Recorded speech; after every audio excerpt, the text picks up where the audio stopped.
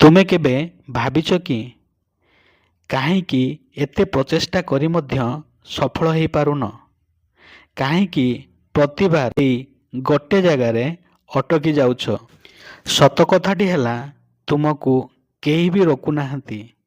ତୁମର ନିଜ ଅବଚେତନ ମନ ତୁମକୁ ରୋକୁଛି।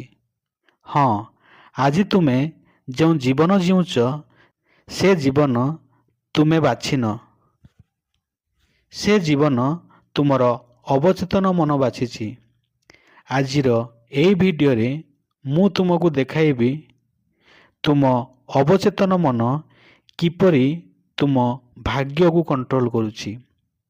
ଏହାର ସାଇଣ୍ଟିଫିକ୍ ପ୍ରମାଣ କ'ଣ ଏବଂ କିପରି ତୁମେ ଏହି ଅବଚେତନ ମନକୁ ରିପ୍ରୋଗ୍ରାମିଂ କରିପାରିବ।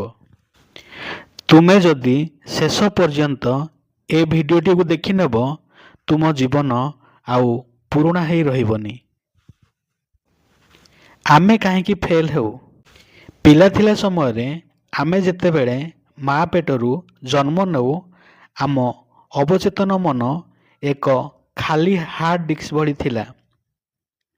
7 ବର୍ଷ ପର୍ଯ୍ୟନ୍ତ ଆମ ପିତାମାତା, ଶିକ୍ଷକ ଶିକ୍ଷୟିତ୍ରୀ, ଆମ ପଡ଼ୋଶୀ, ସମାଜ ସମସ୍ତେ ଏହି ମନକୁ ପ୍ରୋଗ୍ରାମରେ ଭରିଦେଲେ। ତୁମେ କିଛି ବି ନୁହେଁ। ଭଲ ଲୋକ କେବେ ଧନୀ ହୁଅନ୍ତି ନାହିଁ। ଧନୀ ହେବା ପାଇଁ ଖରାପ କାମ କରିବାକୁ ପଡ଼େ। ତୋ ଦ୍ୱାରା କିଛି ହେବନି। ସଫଳତା ଆମ ଲୋକଙ୍କ ପାଇଁ ନୁହେଁ।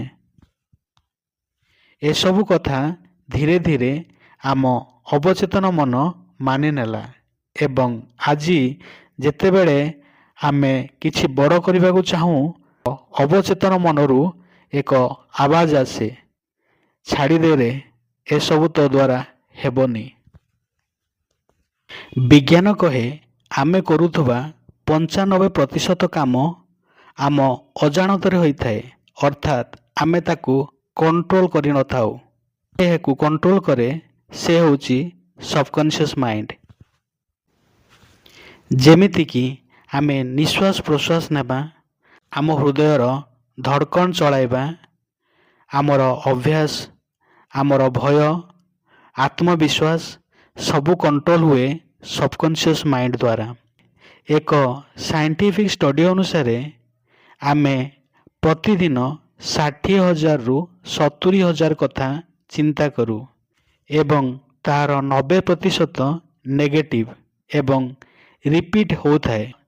ଏହି ରିପିଟ୍ ଚିନ୍ତା ଆମ ବ୍ରେନ୍ ମଧ୍ୟରେ ଏକ ରାସ୍ତା ବନାଇଥାଏ। ଏହାକୁ ନ୍ୟୁରାଲ ପାଥୱେ କୁହାଯାଏ। ଏହାକୁ ନ୍ୟୁରୋସାଇନ୍ସ ଭାଷାରେ ନ୍ୟୁରୋପ୍ଲାଷ୍ଟିସିଟି ବି କୁହାଯାଏ। ଯାହାକୁ ଆମେ ବାରମ୍ବାର ଚିନ୍ତା କରୁ, ଆମ ଅବଚେତନ ମନ ସେହି ଜିନିଷକୁ ସତ୍ୟ ଭାବେ ମାନି ନେଇଥାଏ। ସେହିପରି ଯଦି ତୁମେ 10 ବର୍ଷ ପର୍ଯ୍ୟନ୍ତ ଭାବିଛ ମୁଁ ଗରିବ, ମୁଁ ଦୁର୍ବଳ, ମୋ ସହିତ କିଛି ଭଲ ହେବନି, ତୁମର ଅବଚେତନ ମନ ଏହାକୁ ପ୍ରୋଗ୍ରାମ କରିଦେଇଛି। ବବ୍ ପ୍ରକ୍ଟର କହୁଥିଲେ, you are not controlled by your environment, you are controlled by your subconscious programming. ତୁମେ ତୁମର ପରିସ୍ଥିତି ଦ୍ୱାରା ନିୟନ୍ତ୍ରିତ ନୁହେଁ, ବରଂ ତୁମେ ତୁମର ଅବଚେତନ ମନର ପ୍ରୋଗ୍ରାମିଂ ଦ୍ୱାରା ନିୟନ୍ତ୍ରିତ ହୁଅ। ବବ୍ ପ୍ରକ୍ଟର ଏକ ଗରିବ ପରିବାରରେ ଜନ୍ମ ନେଇଥିଲେ। ବିଦ୍ୟାଳୟରେ ମଧ୍ୟ ବାରମ୍ବାର ଫେଲ୍ ହେଉଥିଲେ। କିନ୍ତୁ ଦିନେ ସେ ଜାଣିଲେ ମୋ ଜୀବନ ଖରାପ ନୁହେଁ, ମୋର ପ୍ରୋଗ୍ରାମିଂ ହିଁ ଖରାପ।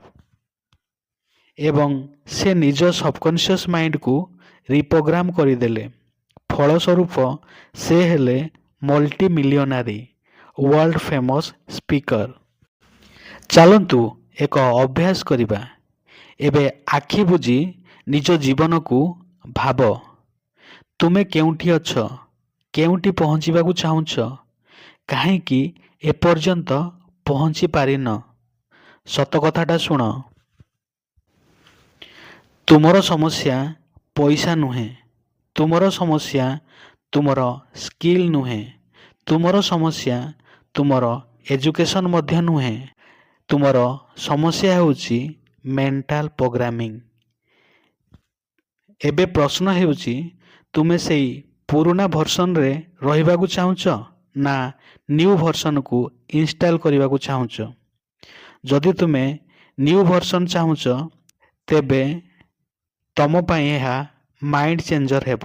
ଏଠି ମୁଁ ଦେଖାଇବି କିପରି ସବକନସିୟସ୍ ମାଇଣ୍ଡକୁ ରିପ୍ରୋଗ୍ରାମିଂ କରାଯାଏ, କିପରି ନୂଆ ଆଇଡେଣ୍ଟିଟି କ୍ରିଏଟ୍ କରାଯାଏ, କିପରି ଅବଚେତନ ମନକୁ ସକ୍ସେସ୍ ପାଇଁ ଟ୍ରେନିଂ ଦିଆଯାଏ। କିନ୍ତୁ କଥାଟି ହେଉଛି ତୁମେ ଯଦି ଚେଞ୍ଜ ଚାହୁଁନାହିଁ ତେବେ rest of the video is not for you. କିନ୍ତୁ ଯଦି ତୁମେ ଭବିଷ୍ୟତକୁ ପରିବର୍ତ୍ତନ କରିବାକୁ ଚାହୁଁଛ ତେବେ ଭିଡ଼ିଓଟିକୁ ଶେଷ ପର୍ଯ୍ୟନ୍ତ ଦେଖ ଏବଂ ଏହି ଶବ୍ଦଗୁଡ଼ିକ ମନେ ମନେ ଦୋହରାଅ।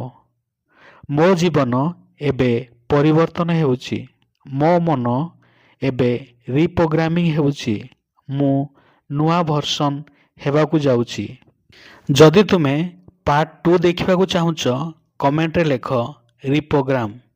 ଭିଡ଼ିଓକୁ ଲାଇକ୍ କର ଏବଂ ଚ୍ୟାନେଲକୁ ସବସ୍କ୍ରାଇବ୍ କର, କାରଣ ପାର୍ଟ 2ରେ ମୁଁ ଏମିତି ଜିନିଷ ସେୟାର କରିବି ଯାହା ଆପଣ କେବେ ନା ଶୁଣିଥିବେ ନା କେବେ ଦେଖିଥିବେ।